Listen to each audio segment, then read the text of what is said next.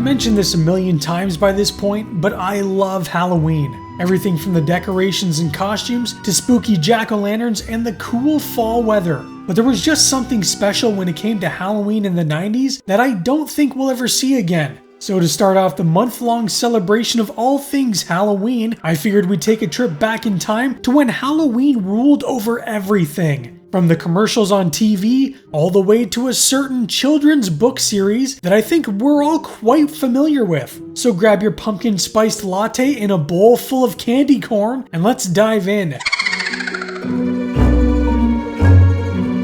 Now I know these days we do everything we can to avoid ads, but back in the 90s we really didn't have a choice. When the Halloween season came around, however, it changed everything. Everybody, and I mean everybody, got into the Halloween spirit. It didn't matter what was being sold, because their commercial would have a Halloween spin on it. Blockbuster would have commercials showing off all the horror movies available for purchase on VHS. McDonald's would have ads featuring Chicken McNuggets wearing various spooky costumes, so they can try and sell you some fun Halloween buckets. One of my personal favorites were the Pizza Hut commercials, where Pizza Head would find himself in various predicaments that never quite ended how I'm sure he wished they had. Now it's time for the Pizza Head Show. Hey everybody, I'm done trick-or-treating and now I'm gonna go for a stuffed crust pizza at Pizza Hut. Yay! Not yet, Pizza Head. There's one more place to go. Well, I don't think anyone's home. Sure there is. Oh, trick-or-treat! Interesting hieroglyphics on the street. Ah! Quick, Pizza Head, let's go upstairs. Hey, who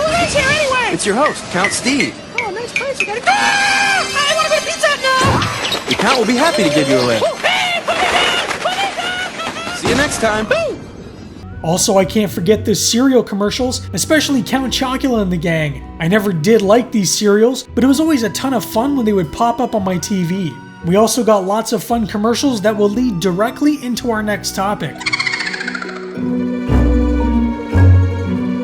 Dr. Dreadful and Creepy Crawlers were toys that really only came out during the Halloween season. Dr. Dreadful was basically a mad scientist lab where you could create various disgusting concoctions and eat them. I had the original set and I think one of the later attachments, and while it was fun to create stuff, it all tasted pretty damn nasty. The monster skin I remember being okay, but the gummy bugs and monster brains were pretty gross. It was always exciting to see Dr. Dreadful at the store, and I always wanted the other editions, but I never did get them. Creepy Crawlers was another staple of my youth, and the commercial for it has one of the most memorable songs. Creepy Crawlers! They're squirmy and wormy and purple and green, the grossest little creatures that you've ever seen. Creepy Crawlers was basically an easy bake oven, except for plastic bugs. You'd squirt out this plastic goop into these metal molds of bugs and other creepy crawlies, and then cook it inside the oven that was heated with a light bulb. Then after a little bit of time, you'd take the mold out and have little plastic bugs to scare your little sister with. I absolutely love Creepy Crawlers, but I swear I burned myself so many times just trying to get that damn metal plate out. There were also lots of spooky themed board games that came out during the Halloween season, like Mystery Mansion, but one in particular really scared the hell out of me as a kid.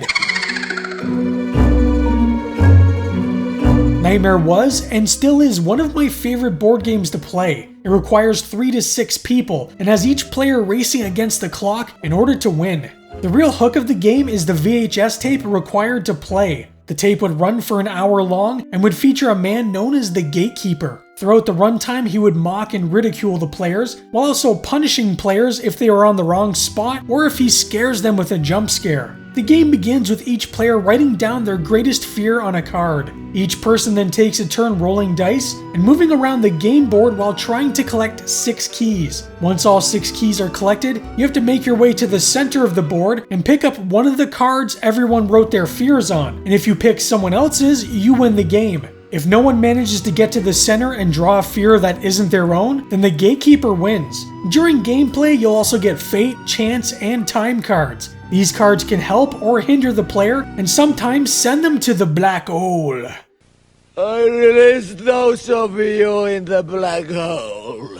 The time cards were rather unique in that they could only be used when the time shown on the card matched the time shown on the TV. They were often useless because you were always getting time cards long after the time had expired, but they usually amounted to trying to scare the other players in order to get keys or other rewards. Nightmare also had 3 expansions and was supposed to have a 4th, but that was cancelled due to lagging sales. Instead, a new game called Atmosphere of the Harbingers was released, which had all the classic Nightmare characters and somewhat same gameplay, though I never got to play it because finding people who wanted to was always hard. Also, the rules seemed more complex than the standard Nightmare, at least to my little pea brain at the time. One of the best parts about each Nightmare tape was how the characters became more monstrous looking over the length of the video. You had the Gatekeeper in the original Nightmare, who was just a man in a hooded robe, but would become more twisted with rotting teeth later on. In Nightmare 2, you had Baron Samedi the Zombie, who was already dead looking, but became more monstrous as time went on. Nightmare 3 had Anne de Chantraine the Witch, who by the end of the game looked like the typical spooky Halloween witch. And Elizabeth Bathory the Vampire, who becomes one of the coolest looking vampires with these metallic looking wisps of hair and metallic jaw. Her chapter in particular caused a lot of headaches because you could die during the game and become a vampire, forced to try and kill off the remaining players. And in the last 5 minutes of gameplay, she kills off one person at random. So if you made it all the way to the end, it could have all been for nothing. There are also 3 other Harbingers that never got their own expansions, including Gavaudin the Werewolf, Helen the Poltergeist, and Khufu the Mummy. There was also talk of a Nightmare movie in the early 90s, but the slowing sales killed that idea, which is such a shame. One of my favorite memories of the Halloween season were the school celebrations. Every year, we'd get to dress up in whatever costume we wanted, within reason of course. I remember having school assemblies in the gym where we'd listen to songs like the Monster Mash and the Ghostbusters theme while bobbing for apples and walking through spooky Halloween mazes built by the teachers. Growing up in Canada, there was one song in particular that you just couldn't celebrate Halloween without, and that was the French song C'est l'Halloween. C'est l'Halloween, c'est l'Halloween, hey! The song was written in 1981 by Matt Maxwell, who was a teacher at the time. He wrote it for his students as a simple way of teaching some basic French, but the catchiness of the whole thing took off and became something of a hit. I won't lie, I'm a pretty bad Canadian and never took French class seriously, so I can barely speak it, but the song basically says it's Halloween and lists things like black cats and ghosts. It's really simple, but it was a staple of our classroom during this time of the year. The next thing on my list is another school tradition, but one that was at its best during Halloween. The Scholastic Book Fair was always a great time, but during Halloween, everything was spooky. The bookmarks, pencils, erasers, books, everything was Halloween inspired. Well, maybe not everything. They still had normal stuff, but it was the Halloween stuff that caught my eye. I would always grab as many horror books as I could, and my parents would usually give me a bit more money for this particular fair, because they knew this is what I wanted, and this is what made me the happiest. One thing I got every time this Halloween-themed book fair came around was Thrills and Chills. Thrills and Chills was a horror-focused magazine for kids that would talk about movies or real-life ghost stories and monsters. It was awesome. There was a Thrills and Chills book club that I became a part of that would send a little package every month that came with books, pencils, stickers, posters, pretty much anything a horror-obsessed kid like me would love. I had them all, and every time I got a new package, it was so exciting.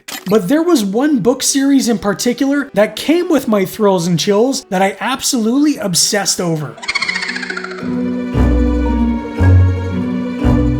When I was a kid, Goosebumps reigned supreme. They were easily one of the most sought after kids books during the 90s, and we all had to have them. My aunt worked at a bookstore during the 90s, so she made sure I always got the latest entry in the series, so I never missed out. If you don't know what the Goosebumps books are, they were horror-themed books written by author R.L. Stine that were aimed towards children. They were a little sillier in tone, but I remember some of them scared the hell out of me. The Werewolf of Fever Swamp was a really creepy book that scared me, and I remember reading You Can't Scare Me and being absolutely terrified, so I guess I could be scared. There were 62 books in the original run, and I had almost all of them. By the end, I started to fall off because I was getting into more serious horror. My father did introduce me to the original 3 Alien movies when I was 9, so I blame him. The books were so popular that my teachers actually told us we could no longer use Goosebumps books for our book reports anymore. I'm not sure the reasoning why exactly, but I think they felt they were poorly written.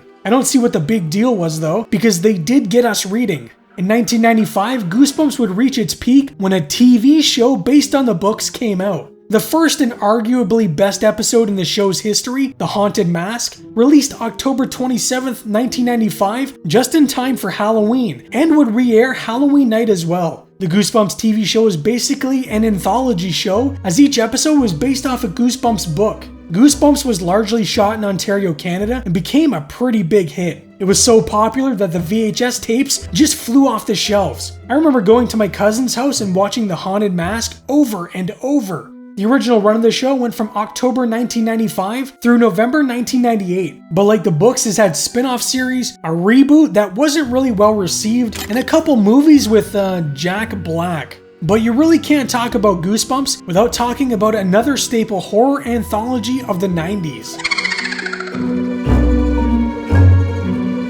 Are You Afraid of the Dark was a children's horror anthology show created by DJ McHale and Ned Candle. The original run of the show ran from 1992 through 1996, with a revival series in 1999 through 2000 and a reboot that went from 2019 to 2022. The original show is the one I remember, and it followed the Midnight Society, a group of kids who would get together in the woods to tell each other spooky stories. This was basically the wraparound segment, or something akin to the Crypt Keeper from Tales from the Crypt, another 90s staple, though not one I was really allowed to watch. Each story was unique and put kids in some pretty terrifying scenarios, like when Nosferatu literally came off the screen and tried to drain the blood of the main characters. The show really didn't hold back. The threats in the show were real and were trying to harm the kids. The makeup for the monsters were really well done at times and only added to the spookiness of the whole thing. I remember one Halloween, YTV had a marathon of Goosebumps and Are You Afraid of the Dark, and it was one of the best nights of my life. Honestly though, the best part of the show is its opening credits. The theme, along with the visuals, is one of the creepiest things ever put into what is supposed to be a show for children. But with keeping in the theme of TV, up next we have...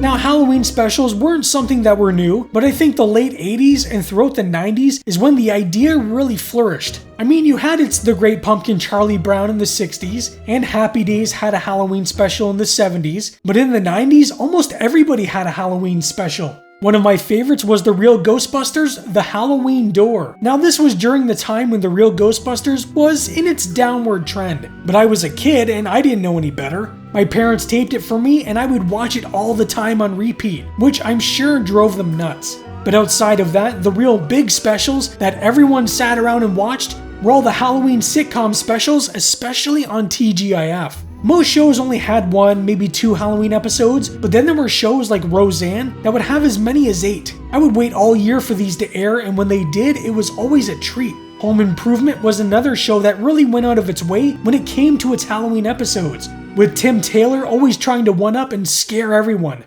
Family Matters always had some fun Halloween episodes as well, but the absolute king of Halloween specials during the 90s is our next entry. The Simpsons Treehouse of Horror first debuted October 25th, 1990, and changed the formula of the show. Instead of The Simpsons doing what they normally do, Treehouse of Horror, also titled as The Simpsons Halloween Special, took the Simpsons characters and placed them into more terrifying scenarios. The episodes were loosely based on the old EC comic books, taking the anthology formula and adding a Simpsons twist. Sometimes the episodes were funny, sometimes they were scary, and sometimes they were both. But since none of it was canon, they were free to do whatever they felt like doing with the characters, including killing them off in violent or gruesome ways. Treehouse of Horror was always the thing I looked forward to the most when the Halloween season approached. There was nothing more exciting than changing the channel and hearing the spooky version of the Simpsons theme come through my television. Usually leading up to the release of the newest episode, they would show every prior Treehouse of Horror in little mini marathons, and I just ate it up. Sometimes, randomly throughout the year, they would play a random Treehouse episode, and that would be especially exciting because you weren't expecting it. Still though, the Simpsons Treehouse of Horror became a yearly tradition in my house, and even though the quality seemed to fade rather quickly, it's still nice to see it going all these years later. Now I know people like to argue whether or not this is a Halloween or Christmas movie, but I'm of the mind that it can be both. The Nightmare Before Christmas was such a unique movie at the time. The movie wasn't a smash hit, but grew a large cult following after its release on VHS. The movie is stop-motion animated. It was created by Tim Burton and directed by Henry Selick, the man behind James and the Giant Peach and Coraline. The movie follows Jack Skellington, the Pumpkin King of Halloween Town, as he accidentally stumbles into Christmas Town and does whatever he can to bring it back with him to Halloween Town. The movie has some fantastic visuals. For a kid, it can be actually kind of creepy. I remember not really liking the movie as a kid at first, but watching it more and more, it really grew on me. It's honestly surprising that a sequel has never been released, considering how popular the film is today. But I think it's better that it just stays a one and done. Not everything needs to be a miserable cash grab that just seemingly never ends. While today's games are more advanced with prettier graphics, there's just something about jumping into the original Resident Evil as a kid that today's games just cannot capture. I remember watching my cousins playing it and them telling me it was too scary for me. I mean, they were right, but that didn't stop me from playing it. Resident Evil 2 took things to the next level, and I will never forget just how much I jumped out of my own skin when that damn liquor came bursting through the glass that first time. Another fantastic franchise were the Silent Hill games. A little less combat focused than the Resident Evil games, but the Silent Hill games were more about psychological horror. There was something extremely unsettling about wandering aimlessly through this foggy town looking for the character's daughter that was just so unnerving. What I find funny is the limitations of the PlayStation at the time actually helped lead to the game being as claustrophobic as it was. Since the system wasn't very powerful, it couldn't render as many objects on screen, hence why they hid things with the fog. It was a simple solution, but the ingenuity of the game developers helped create what was one of the most horrifying experiences of 90s gaming. But we had a lot of great games to play back in the 90s for Halloween. Alone in the Dark, Doom, Castlevania, Splatterhouse, Zombies Ate My Neighbors. I mean, I could go on forever. Halloween decorations are one of my favorite things about Halloween. I love going to stores or driving around and seeing jack-o'-lanterns and fake ghosts. The decorations of the 90s might not be as sophisticated as some of the stuff that comes out today, but they were a lot of fun. One that I really miss that seems to have gone to the wayside are the paper decorations that you would tape to a window or your front door. They weren't the scariest things in the world, but they always had fun pictures of haunted houses or witches. We had the skeleton one with the multiple joints that had to be taped up individually. That one was always a pain in the butt, because eventually one of the limbs was going to get torn off, especially when taking it out and putting it back into storage. Another big decoration in the 90s were the light-up blow molds. These hard plastic figures would sit on your front lawn and would light up when plugged in. These have all but been replaced with the blow-up Halloween figures that we have today, but I much prefer the old blow molds. I actually still have mine from when I was a kid, which is this Boo as we like to call him. These blow molds have actually become something of a collectible in recent years, and can fetch a decent amount of coin. I was actually just at a thrift store the other day, and they had some pumpkin ones, but they wanted $40 for each of them. If they were $10, I would have picked them up, but I'm not dropping that kind of money on them no matter how much I want them. But Halloween decorations were always something I really looked forward to. Even just a simple jack-o'-lantern or spiderweb in a bush was enough to make me happy. The natural progression from decorations is obviously haunted houses. These were a staple growing up and are big business today. I always considered myself the horror guy, so going into these things as a kid, I always tried to look as tough and unafraid as I could. I could never let anyone know that I was absolutely terrified walking through these things. It didn't matter how cheaply they were put together, or if you could see the strings holding up the bats, it was still a lot of fun. An offshoot of these things were also the fun houses at carnivals. Whenever the carnival would come into town, I always had to go in the fun house because there were always silly skeletons popping out at you and noises trying to scare you. One thing that doesn't get enough love though are the haunted hayrides. These were always great because the guy driving the tractor would tell all of us a spooky ghost story while driving out into a cornfield. Then you'd have people jump out with chainsaws and machetes, and it was a blast. I was actually part of a haunted hayride when I was a kid, though it was very low budget. My family and I were out camping at the KOA campgrounds around the Halloween season, and they were having a haunted hayride. Well, some of their scare actors didn't show up, so they asked myself and one of my cousins if we wanted to be a part of it, and I was like, hell yeah, I do. It basically just turned into myself and my cousin wearing cheap Halloween masks and wearing our normal street clothes and just running out to the people on the hayride and trying to scare them. It was so cheap and so lame, but it was such a blast. Obviously, for any kid, one of the appeals of Halloween is all the free candy. Well, in the 90s, it was off the hook. We would go out with pillowcases and come back home with mountains of candy. And because of the area we lived in, sometimes we'd get homemade candy apples or Rice Krispie squares, lots of homemade treats. I know there was the whole scare of poisoned Halloween candy, but that thing was such nonsense and not really true. I was a chocolate lover and would usually go for that stuff first, with the prime targets generally being Reese peanut butter cups. But I had to take care of those quick before my parents inspected them, and half of them were suddenly gone. Some people would also give out money, so by the end of the night, you could have 10 to 20 bucks, which was like $100 in today's money. I swear, having $20 back then made you feel like a millionaire. Not all of the candy was a hit though. Some people just gave out suckers, other people gave out Skittles and Jolly Ranchers. Those were fine, but the people that gave out candy corn can get sucked down into the 10th level of hell for all I care. I remember getting toothbrushes from people, which I guess they were just looking out for us. Also, does anyone remember those wax lips? Were they even edible? I don't think I even tried. We would also get the classic Popeye cigarettes or the much cooler Universal Monsters variation. There were also these weird molasses candies people would give out because they weren't very expensive, but they weren't very good either. They did have a very cool looking wrapper though, with all the witches and owls and pumpkins. I would 100% wear a shirt with these designs. The thing I hated receiving the most though were cans of pop. It's not that I didn't like pop, it's just how damn heavy they were. You get a few of those and your whole bag is weighed down and all the good chocolates were crushed. It just meant you had to go back home sooner, unload, and then get back out there and restock. Out of everything I miss from 90s Halloweens, the biggest one is the trick-or-treating itself. I mean, this is what we've been building up to. This was the main event. I have so many fond memories trick-or-treating as a kid, and they really are the happiest moments of my life. Early on, I would dress up as things like Slimer from the real Ghostbusters. And yes, this is me with my very pregnant mother, whose eyes look like they're about to pop out of her head.